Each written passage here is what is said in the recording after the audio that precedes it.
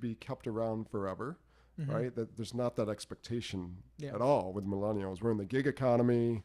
There's just that California Assembly Bill number 5 that just was passed. That's going to shift some. It'll be interesting. It'll shift some things with the gig economy. Oh yeah. But Yeah. people that prefer to freelance. Yeah. But anyhow, that's a whole nother conversation. Yeah, that whole Uber thing. And, yeah, the Uber and Lyft and how the impact. And so you have Uber and Lyft drivers who say, well, we like our freedom. Right. We don't want to be an employee, And then you have others that say, well, we want it because we're taken advantage of, we're underpaid, we should get benefits. Right. So it's an interesting, I think, personally, I think that legislation went through prematurely. Right. I think there needs to be some, and I think we're going to see that. We're going to see some hybrid of that. There's some professions where there are exceptions, but I think we're going to see the pendulum swing back a little bit and say, okay, what makes sense here, right? Because if someone on my team comes in, they're getting paid well more than minimum wage. Right. So it doesn't really play into that aspect of it. Yeah. Okay. So succession planning, another topic, another thing that you help with. Sure. Right. How do you facilitate that inside of an organization? Yeah. So it's a little bit different, like with a small mom and pop business, right, versus a larger organization or a nonprofit. But the general principles are the same. And one of them is, what does it take to be successful today in your role? So if you're a business owner or you are a department head in a large organization or a CEO, what's successful today? And what will be needed for tomorrow, right? And so there's that future planning, because the skills needed today might be different than what's needed tomorrow.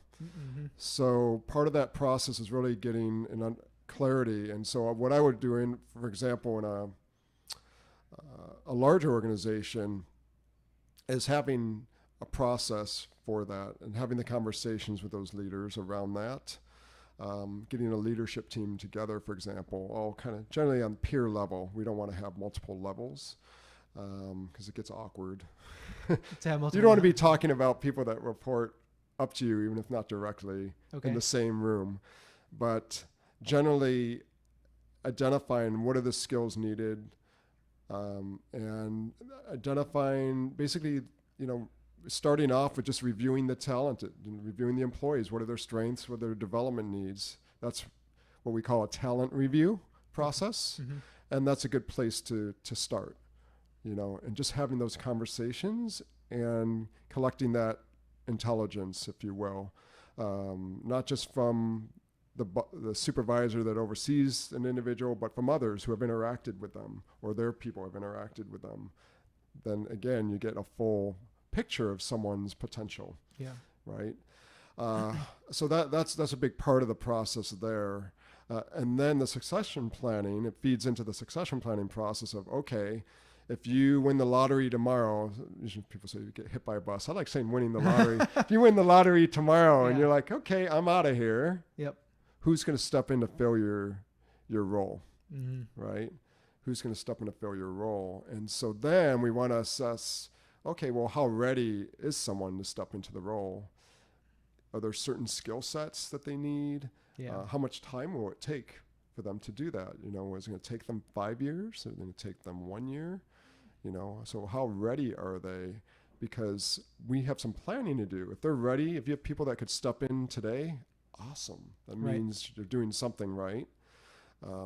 Small business owners, and actually in large organizations, many leaders have a mindset that I'm irreplaceable, or if I develop someone, then my value diminishes.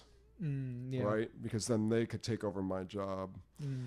And that's a common trap that they fall into. It's like, well, if you're not developing your people, then how is your organization going to grow and scale? Because obviously you can't do it all, otherwise you'd be a business of one. Right. I think not doing that, you're building your own cage, right? And if you have aspirations to move up in the organization, I would just tell them, well, they're not going to promote you if there's no one to replace you. Right. Yeah. And because you do such a great job there, they don't want to suffer. Yeah. So you're basically building your own cage. Yeah. Exactly. And so, so it's a different mindset. It's more taking that abundance mentality, that growth mentality versus the scarcity mentality, if you will, or that kind of that win-lose. Yeah, I would imagine, I've basically been self-employed since I graduated college, but I would imagine in a larger organization, there's constantly that fear of job security, right? So that there's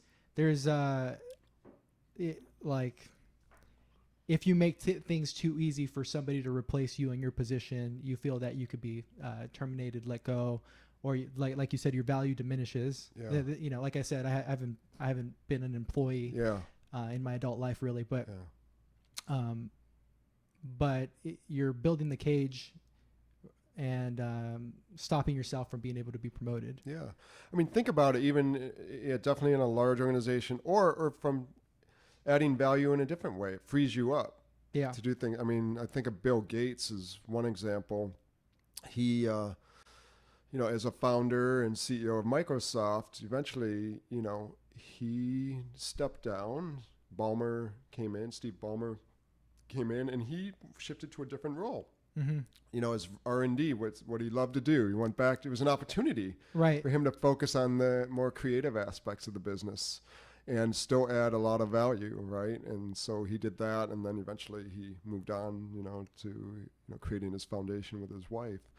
So it's really a matter of being clear on your life purpose and what impact you want. You might have to reevaluate it at that point. It depends what you're looking for. But a small business, many times, most of them fail, right? They die with the owner, don't they? You probably know this as a CPA. It doesn't move on to the next generation. It doesn't move on. Yeah. And so what are they doing? My parents, at one point, asked me if I wanted to take over their business.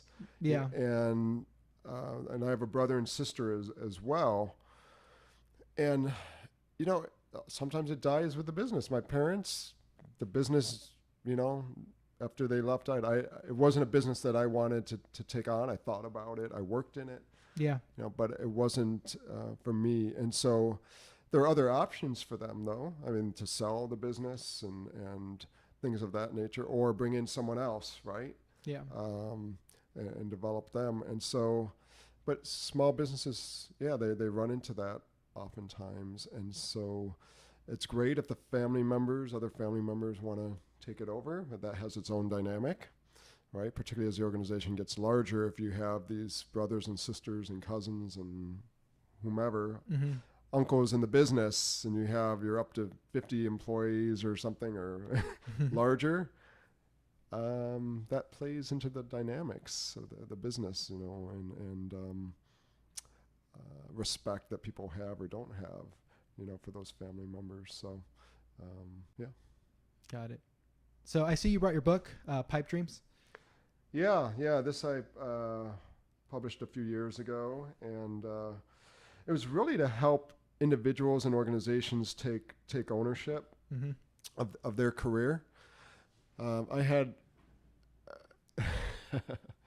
had many employees would come to me complaining that their bosses weren't doing enough to get them another job opportunity within the company. Or I had them coming to me saying, Mike, just tell me what I should do. And they're just giving up their power is what I noticed. Okay. And I'm like, I'll tell you what to do. I had this one woman I remember, I'll just say her name's Mary just to protect the innocent. But, she was so frustrated. I was actually working with the team, the entire team, and she pulled me aside one day, and she was just really livid about her boss not shopping her around enough, doing enough to promote her within the company. And I asked her, I said, well, what is it that you want to do? Like, what kind of job? And she's like, well, I don't know. You see where this is going? That's kind of a paradox. Okay, continue. Yeah.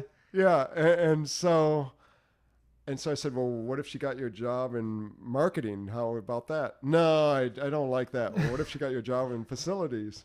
Oh, heck no. I wouldn't want to do that. And so you just see where this is going. Yeah. And she didn't have the clarity for herself. So how could she had unrealistic expectations, right, of her boss. Yeah. She wasn't even clear on what she wanted. She wanted her boss to kind of chart her course for her. And again, it's about that personal accountability. Who's going to care more about your career? Right. Right? No one. Yeah. You have to. You need to. Yeah. Yeah. And I grew up with that mindset, there. And so that was one reason. And the other is, just asking me, well, I can tell you what to do. Yeah, take that job. But we've only known each other for 15 minutes, but sure, take me. But I think, but from here, the for look the rest of you, of your life, this is what I recommend, Yeah. This is what you should do. And you can take it as a data point, but you have to do your own work. Now, Jim Rohn, kind of famous business philosopher, said you can't hire someone else to do your own push-ups. Yep. Yeah. And so there's a case where you need to do your own push-ups here. You need to do your own work. Yep. And so I wrote this book to help people who are feeling stuck, the Marys out there, so that they know, here's what the people in the organization, the high potentials, here's what the people that you see being promoted or being fulfilled, that they're doing differently, that you might not be aware of. Yeah. And kind of bring them some insight. So that they can start to ask the right questions of themselves and do some of that work. And I have questions at the end of each chapter and a career planning guide as well that they can download for free. So it's, I've got other books too I want to write as well. So, but yeah. Okay. So we're just at about 41 minutes, 42 minutes. It goes quickly. Yeah. Do you have a final message that you want to leave with the audience, or is there like another tidbit that you want to leave with us as we close? And then I'll give you an opportunity also to let people know where to find you. Oh, sure. Yeah. Sure. Yeah. I think a real key, not only for my own career, but in working with hundreds of clients over the years, both internally as an internal consultant and now as an external coach and consultant, is really back to the self-awareness piece. Yeah. That's really, if we're looking at like kind of the whole Archimedes, give me a lever, long enough and I can move the world. Yeah. That's self-awareness of your own values, strengths, your why,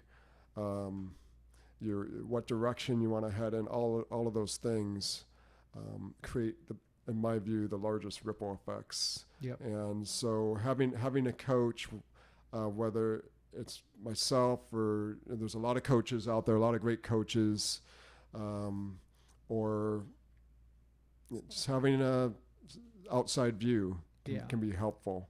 Do you think like the self-awareness piece, people can have discipline, but the self-awareness piece, do you think you really need somebody on the outside in order to help you with that? Well, I mean, if you're stuck, I mean, if you're not getting the results you want, I mean, that's what it comes down to. So if you're wanting to get, to Massachusetts, but you've spent 6 months and you're not getting there. Yeah. So if you're stuck or if it's painful, right? Sometimes we get there, but we have all this unnecessarily pain and conflict and waste, inefficiencies, right? And so it doesn't have to be that way. Yeah. There's alternatives to that.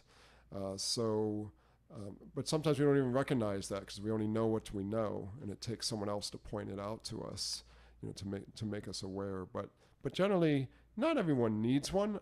Do I think everyone can benefit? Absolutely. Yeah. But not everyone necessarily needs one. Yeah. It's just personal choice. Yeah. Awesome. Thanks, Mike. I'm going to have you back on. This was an awesome topic of conversation. Yeah. So in closing, thanks for being on the show. And what's the best way for people to get a hold of you? So LinkedIn. I'm on LinkedIn all the time. So they can just find me, Mike Gellman, on LinkedIn. My website, MikeGellman.com. those are the best ways to reach out to me and connect. Awesome. Thank you, sir. All right. Thanks, Gabe. Yep. Pleasure.